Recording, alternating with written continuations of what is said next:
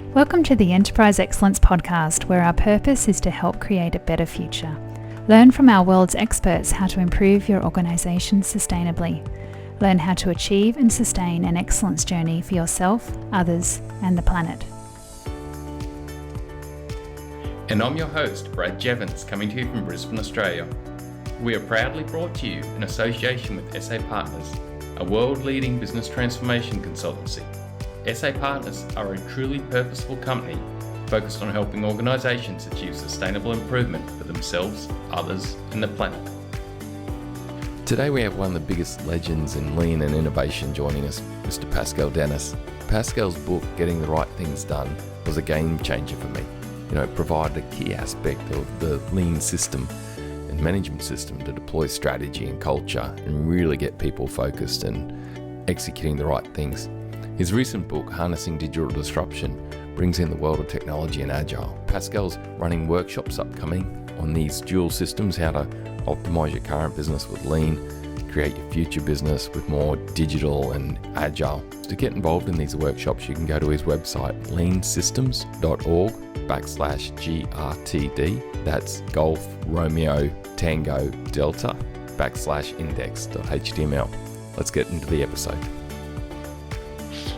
Welcome to episode 140 of the Enterprise Excellence Podcast. It is such a pleasure to have Mr. Pascal Dennis back on the show with us today. Pascal is the author of many award-winning books, Andy and Me, Getting the Right Things Done, The Remedy, Lean Production Simplified, and Harnessing Digital Disruption. Today we'll be exploring getting the right things done in a digital world. This is such an important topic. Now more than ever, empowering, focusing, and enabling the adaption of your whole organisation in the focused way is so important.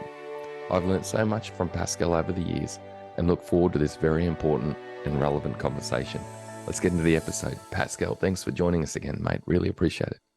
Always a pleasure to chat with you, Brad. Thanks for the invite. Yeah. Mate, this critical topic, to me, this is like the nearest thing to a silver bullet. But why is it important to get the right things done in our digital world that we're now in? So lean, also known as Toyota Production System or Operational Excellence, are excellent for protecting the core business, but it's no longer enough. Nowadays, you also have to ignite new growth using digital methods. Otherwise, you'll end up like a company I know. They make parts for combustion engines, and they have a superb factory and superb supply chain and lean processes, and they manage bottlenecks well, but they're on the road to obsolescence.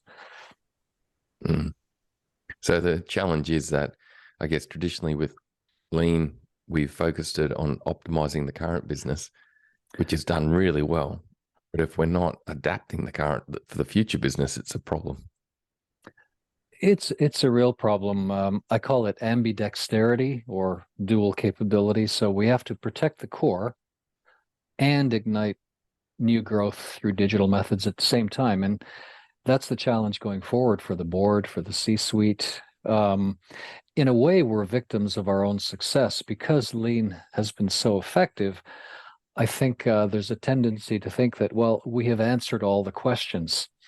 That's not a good place to be at. Usually when you feel that way, when you feel you have all the answers, it's time to really start questioning. And that's what triggered my personal journey the past 5 or 6 years. I have spent most of that time in the innovation hotspots of the world, like Singapore and Silicon Valley, just learning and practicing and trying to absorb the skill set and the mindset that underlies the great tech companies. And it's been a wonderful experience. And I've come back humbled, to be honest. And I'm keen to share what I've learned. And I mentioned we have a new workshop, Getting the Right Things Done in a Digital World. It's the first of a series wherein I share what I've learned in these places. And it's wonderful stuff. And I urge the lean community to get on board and learn it. I think you all, and I know that you're familiar with it. I know that the community will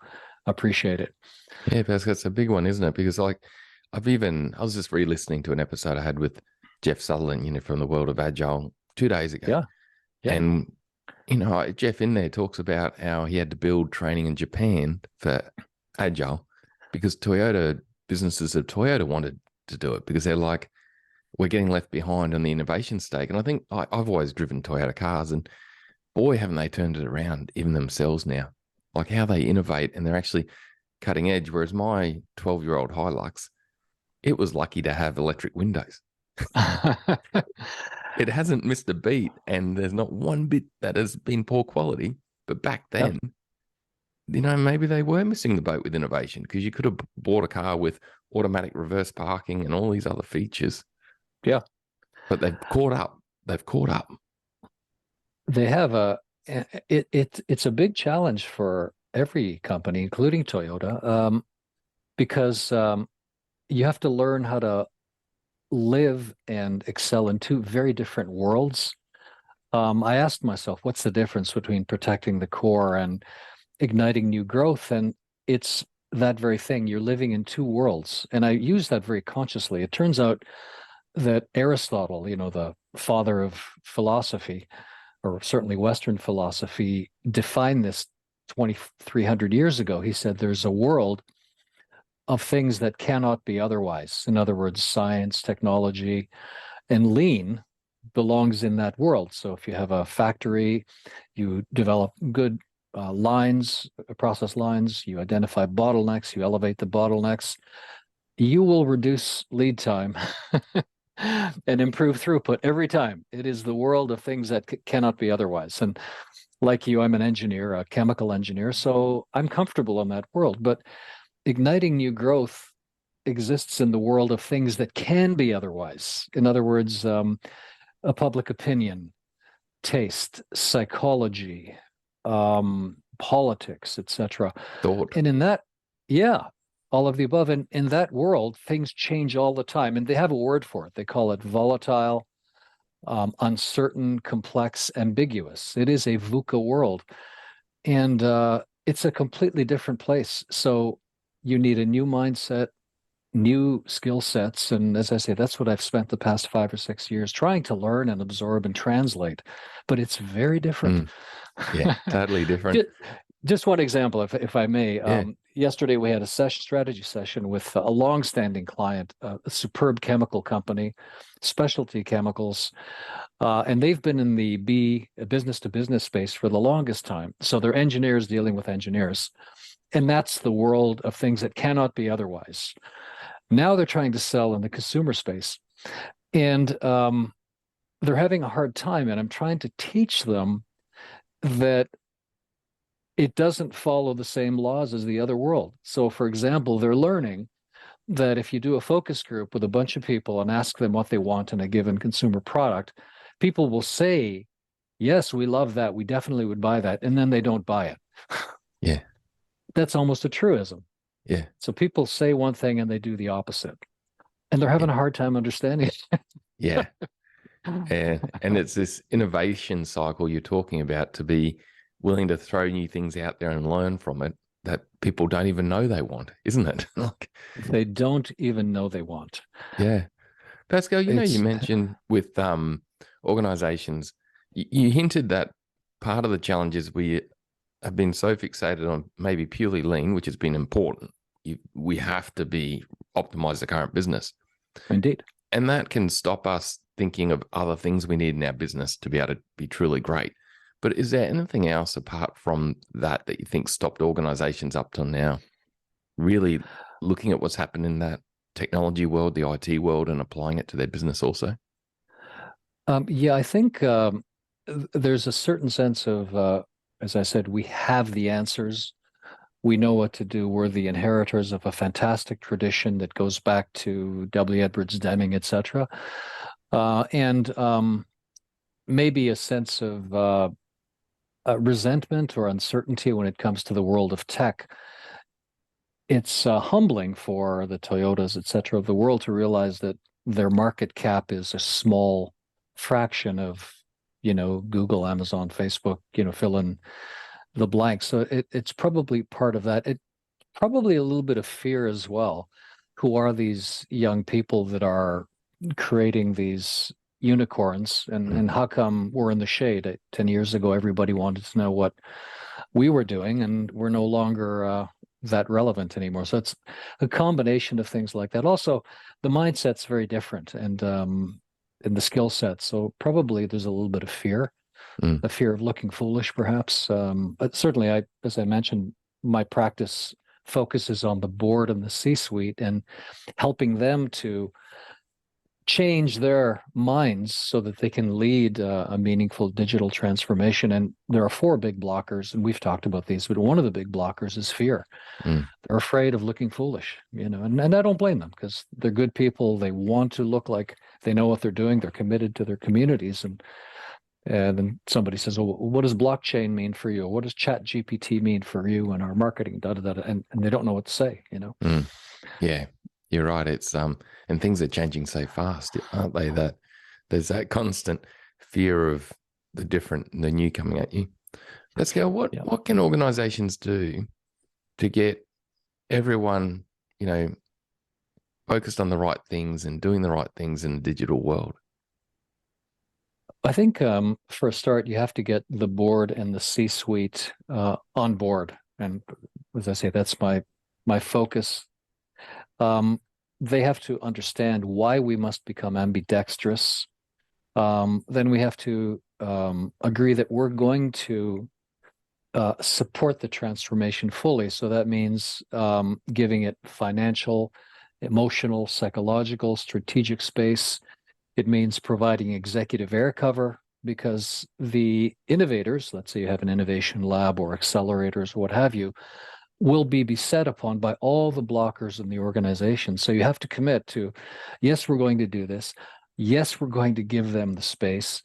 Yes, we're going to provide executive cover, and we're going to visibly support. So I'm going to show up at the monthly deep dives and playbacks, and I'm going to listen with respect to the blockers, and I'm going to do something. So if the innovation team says, yeah, we're trying to innovate a brand new commercial banking app that will do A, B, and C, but purchasing, gives our fintech partners a 200-page contract and says, sign here and give away all your rights, or legal, or risk, or engineering, or what have you. So the blockers are all over the place, many. So you've got to have the commitment, you've got to make the space, and then you've got to visibly lead the transformation. There's no shortcut, I'm afraid.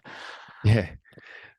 So it really sounds to me, Pascal, like it's that dual engine now of like the traditional optimize the current business for the lean, innovate and create that future with the digital, harnessing digital disruption, all that agile element that you and I are involved in. And then, but ultimately get the board and C-suite on, get them to understand why, get the support happening, and then help them remove blockers. For our listeners, Pascal, many of them will be maybe senior leaders or business improvement leaders. What advice would you give them with the starting point there of, mate, getting the board and C-suite on? Because that is a tough gig for a lot of them, I know. They'll be sitting there going, whoa, Pascal, how do I go about that? Well, we begin with 2 things. One is sensitize them to what good looks like. So we have something we call a digital executive forum. So depending on the industry, we connect the C-suite and a senior team with the best in the local and international tech ecosystem. So they start to see this is what good looks like. They start to break bread with, and have a beer, etc., with the tech colleagues, and they begin to see, okay, it's not as scary as I thought. So that's one, digital executive forum. And often we'll take them to innovation hotspots. We'll take them to Singapore and let's go to the innovation lab of ABC, and their eyeballs are like this, or let's go to Silicon Valley. And then we follow up with, we call it executive mentorship. So executive mentorship has 2 streams. One is protect the core business, so to learn the fundamentals of lean, and then the fundamentals of fixing core customer journeys. So that's protecting the core. And then 201 is igniting new growth. So they learn how to reform customer journeys, how to create new customer journeys, new businesses, new offerings by doing. Again, it's very interactive, short, focused, practical. And they start to feel some comfort. Actually, I had a wonderful session with a longstanding client, a wealth management company, and the president is one of my favorite people. His name is Louis, and he said he's a French Canadian with a big heart, and he says, this is just so fantastic. I want everybody in our industry to know this. I can't tell you how much we've gotten out of this. I'm so proud of our system, and he's an example of how this can work. I mean, 5 years ago, if you'd mentioned blockchain or AI or data, he probably would cringe. But now he's doing it. He's leading innovation. It's a marvelous thing. That's awesome. So it's really about taking him to be able to experience like where it's already been done before, and I guess then having the systems to help educate and coach them through. Pascal, what do you find the why is for them? Like you mentioned, really get clear on the why. What are you finding is largely cutting through there on that conversation of, well, why do we want to do this? I think they have to explicitly link digital to their overall aspiration and winning logic. So a digital strategy that, for example, shows their vulnerabilities, and they say, whoa, we'd better do something about that, or we are in big trouble.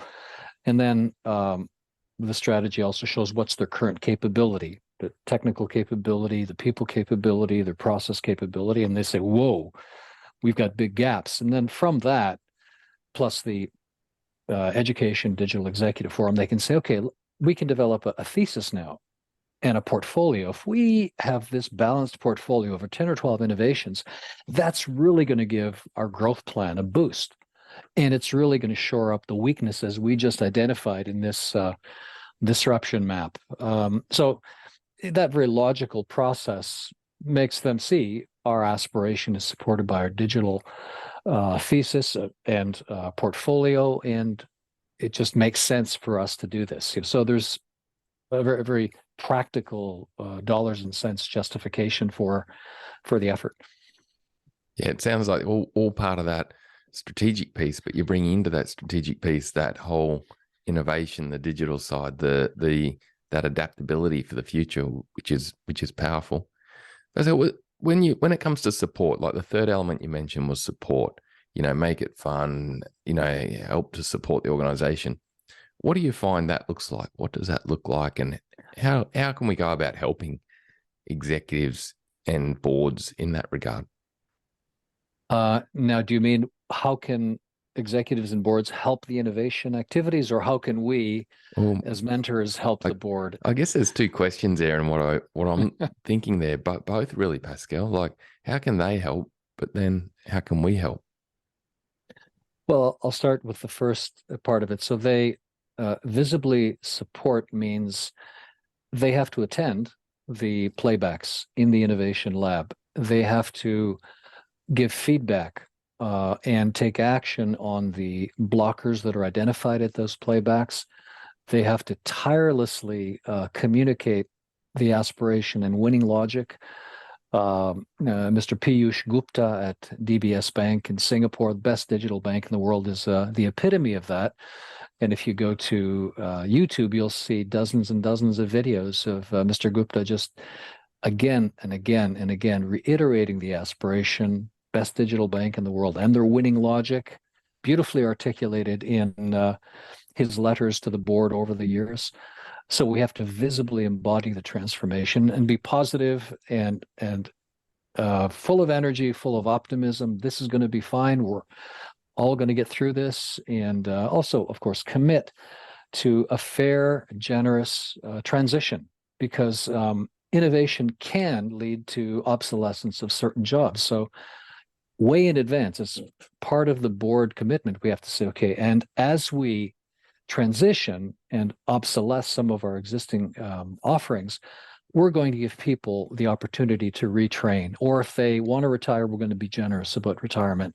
We're going to keep them informed, and then it's fair. It's fair, and people will make good decisions. So these are all elements that are incumbent upon leaders to sustain this transformation. Yeah, I can really hear in there, Pascal, you're mentioning the piece of that constant communication of the vision and the purpose and that aspiration and storytelling. I could hear in there a lot, but then also Indeed. to really thinking of the people factors and how do you bring that comfort and safety to the people as part of this journey, which is, I guess, looking at your people systems and the language you use through there too. Indeed. That's really, really powerful. Mate, with the final bit, you already mentioned really by the senior leaders attending innovation forums or team, different routines that they're doing around innovation.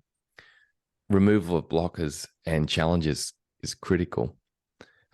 Within an executive point of view, Pascal, do you see that the executive would be running a similar type of meeting themselves where they are focused on the improvements and the actions and the execution to overcome challenges and blockers? What's your thoughts there? I think that the most effective leaders that I've seen, I mentioned Mr. Gupta, there are many others, attend, listen to the report out, the status of each POC, proof of concept, next step, what have you done, what have you learned, what are you doing next, and what are your biggest blockers? And they take those blockers and reflect on them, and when they come back, they report on what's been done. So they take it personally that I'm going to ensure that those blockers are removed. So if purchasing is demanding 200-page contracts of fintech partners, we'll talk to purchasing. If risk is saying, no, we cannot accept digital signatures, pen and ink only. Well, no, that's not true. We're going to address that with risk, et cetera, et cetera. So you only have to do this a few times, we found, and the organization realizes, okay, this is serious. I can't keep deferring and delaying this. I have to do this. Yeah, it sounds to me like you're really breaking down the bureaucracy that can creep into larger companies through that behavior of senior leaders, which is, really impressive. But with it, Pascal, indeed. I can see then that what we've spoken about so far really helps to build that, I guess, that culture and the shift and the focus, and that we're starting to move this way. Getting the Right Things Done is one of my most favorite books ever, Pascal, that you wrote. It was a real game changer for me on strategy deployment. And I'm guessing then that's a key backbone then to take this direction, this vision, and this new approach, and then enable every team to start and person to start to align into that. Indeed. So as you suggested earlier, Brad, the fundamentals of lean, of operational excellence, lay a very nice foundation for a digital transformation. So that's really good news. Now, we need to build on that, and we have to be humble and open to learning new methods, but everything we've learned is not wasted. So for example, to create a new customer journey requires rapid ideation up the innovation curve and answering the 3 key questions. Does it wow? Does it work? Can we make money? And how do you get yourself up that curve? Well, it's through lean experiments. The difference between that and, the traditional lean problem solving is speed. You have to move much more quickly. For example, when you're trying to validate problem fit, that this customer really does have this need, even though they're not aware of it. There is an emotional job to be done. We tested it. We've got a landing page. Whenever we make that offering, they always click on it, and they're not sure why they click. But you have to be able to ideate much, much more quickly because you're in that volatile, uncertain, complex, ambiguous world. That's Aristotle's other world. Whereas in the first world, where you and I grew up, we're engineers and we have time. We've got a production line. Okay, we've changed the sequence and the content and the amount of WIP in this process, and we're going to run it for a week and see if the throughput improves. Well, that's good. It's great. But we have to be a lot quicker in the other world. Yeah. I guess the world we grew up in was a complicated world, but the world that we're talking about here is a complex world. So Indeed. They require that different approach, don't they? Let's go. What would be... Oh, sorry, mate. I was going to say that we have many more unknown unknowns, if I can use that, in the world of digital innovation. Whereas we we have a better idea what the unknowns are in the first world. Yeah. Yeah. Yeah, that true. supplier is dodgy. That's a dodgy supplier. We better buffer that joker. Yeah. Yeah. Up it up. Yeah. Pascal, on this journey going forward, what would be your enterprise excellence 2-minute tip? Like, what would you advise people if you had 2 minutes to give them some advice? I think you've got to make everything as visible as you can. I call it a lighthouse. You've got to have a space in virtual and analog where you just make clear for your team, what are we trying to achieve? What's happening right now? Are we winning? Are we losing? Where are the pain points? And what are we doing about those pain points? And that is Lean 101. That's fundamental Lean. And that's an example of how what we've learned is not wasted at all. So that lighthouse, as I call it, is essential to a digital transformation, as it is to protecting your core business. Yeah, that's neat. So a lot of the systems that we've really worked on out of the world of Lean, they support this more complex space of innovation. Like, it's not like you throw it out. It's all good stuff to build on. Oh, thanks. Yeah. Thanks for that, Pascal. So in the middle wall, as we call it, the what's happening right now, in addition to your dashboards and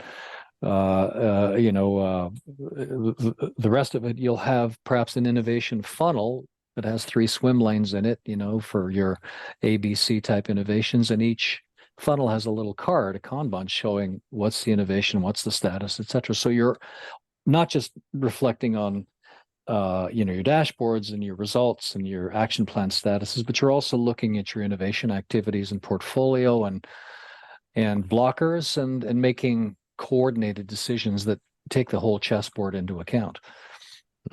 That's powerful. Pascal, what's been a recent insight for you, mate? You're now living in this world that bridges 2 traditional focus areas, that protect the core, optimize the core, create the new. And I'm sure there's been some insights. It's funny. We had a very intense session last week with a wonderful, long-standing partner, terrific chemical company, as I said, very smart people, and they've become good friends. And we're in the midst of this transition to ambidexterity and building the ability to create new growth. And I realize it's much harder than it appears. So I realized I was a bit demoralized because they'd been saying, yes, we get it. And then as we launch a series of innovations, I could see they didn't really get it. So making the shift from the world of things the world where things cannot be otherwise, in this case, chemistry, chemical engineering, to this other volatile, complex world is harder than I thought, even for really capable, terrific people. So, we'll double back and we'll just drip on the fundamentals again. We'll get there. It just takes longer than I thought. Yeah. Habit change and the complexities that impact habit change can be difficult, can't they? Yeah. And again, in a sense, we're victims of our own success. So this company has been superb. And we've worked together for 12 years and it's double-digit growth, really good EBITDA. It's flattening off a little bit now as, the disruptors start to work. And that unfortunately gives you perhaps a bit of complacency. We have all the answers. Yeah. They'll be fine. It's taking and going to take a little longer than I thought, but that's normal. I think there's something in that conversation, Pascal, I guess, for organizations to think about is that especially in Australia, Pascal, like we haven't had a business cycle really for 30 something years. Yeah. And you've been exceptionally lucky. I know, but seriously, a business cycle has to come. Can the world just can Australia just keep infinite growth going? I don't know. Anyway, I think it will make you match fit, but won't it? Being able to build this adaptability capability as well as optimizing the current business will make you really match fit for whatever you have to face, I guess. It really will. A related insight, as I watched this team, which comprised young people on the front line doing the experimentation, the innovation, and the C-suite folks, I realized also that the mindsets are substantially different. The frontline team was very quick to do experiments. Can we tweak the landing page? Can we connect with an influencer? Can we do a series of short videos on TikTok? So they were ideating like crazy, and my colleagues, and who are like me, and were struggling with it. I've got a foot in both worlds, so I wasn't quite as shocked, but I could sense, well, this is different. I'm from this world, and I know what they're doing, but there's a big gap between them. Yeah, it's amazing. You've seen it, right? Yeah, it's amazing, especially with the youth. Like they're largely just already in that experimental type thinking on things that are complex that you're trying to learn from and give customers things that they didn't even know they want. Indeed. Pascal, how can people reach out to you and learn more? Like you mentioned the workshop, the books. Do you mind sharing that for our listeners? Sure.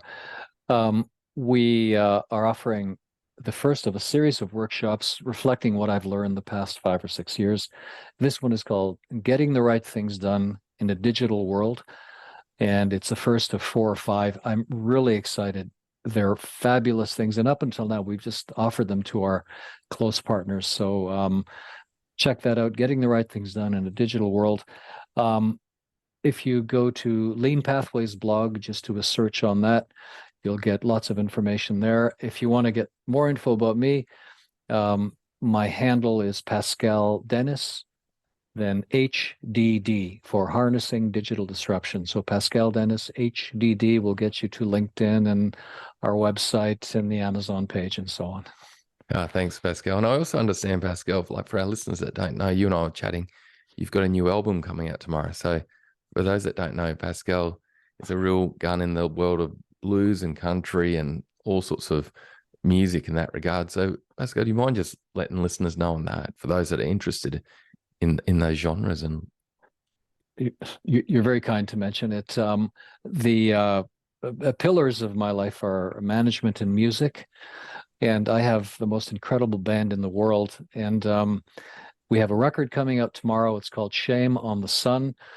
And my handle on the music side is Pascal Dennis Music. And this is our 3rd album in 3 years. And we're on all the major online platforms. So Pascal Dennis Music will get you to our website, our Instagram, et cetera, et cetera. And again, we have a team of very bright young people that's doing the social media marketing, and they just do magic. And you'll see the things they're doing with videos and other offerings that just blows me away. And the other, if I may, our band is learning from the management side. I'm teaching them, lean, if you will, and lean digital. So we have an agile meeting every Friday morning, and a tech stack that allows collaboration and high quality, high throughput. So they're really enjoying it. They said, this is the most fun we've had in a long time. There's no waste. All we do is play music together. So anyhow, that you're very kind to mention it. And I hope that's not boring to folks. It's great to hear that you practice what you preach, mate. And, thanks, Pascal, for helping us create a better future, mate, both musically and also management wise and in our future going through an organization. Thanks, mate. Thank you so much. And thanks for all you do, Brad. It's always a pleasure, and best of the family. Thanks, Pascal. Ditto. What a great episode. Remember, you can connect into the Getting the Right Things Done in a Digital World workshop with Pascal. Check out our show notes for details. Please like, subscribe, and share this podcast to help others gain insights and create a better future. There were 2 key takeaways for me from this episode. Firstly, optimize the current organization, which Lean is traditionally and currently really good at helping with. The second is create the future organization, which is where Agile comes in. To me, an organization that can harness these 2 practices epitomize enterprise excellence. They'll be profitable as they are optimizing their current business, and they'll be growing as they are competitive in what they currently do, but also innovating to bring customers and new products and services and experiences to life rapidly and ongoing. An organization that is continuously improving their capabilities in these 2 areas will create a better future, be well positioned to handle anything that comes their way. The second key takeaway for me was the part the board and senior leadership play in this, Creating and communicating the vision, constant storytelling and reinforcement, attending agile meetings, running their own, understanding impediments and roadblocks and rapidly removing them, promoting and celebrating great work, and helping the organisation stay focused and adapt as needed to changing circumstances. Achieving an agile transformation is simple but not easy. The great opportunity for senior leaders and boards is the part they play in its success. Their behaviour and the systems they focus on implementing and improving will ultimately determine the outcome of the journey. It is great that people like Pascal are there to help senior leaders and boards in these journeys, help them learn, take the right approach, and provide them support for challenges that arise. Thanks again for your time and knowledge, Pascal. Thanks for helping us create a better future. Bye for now.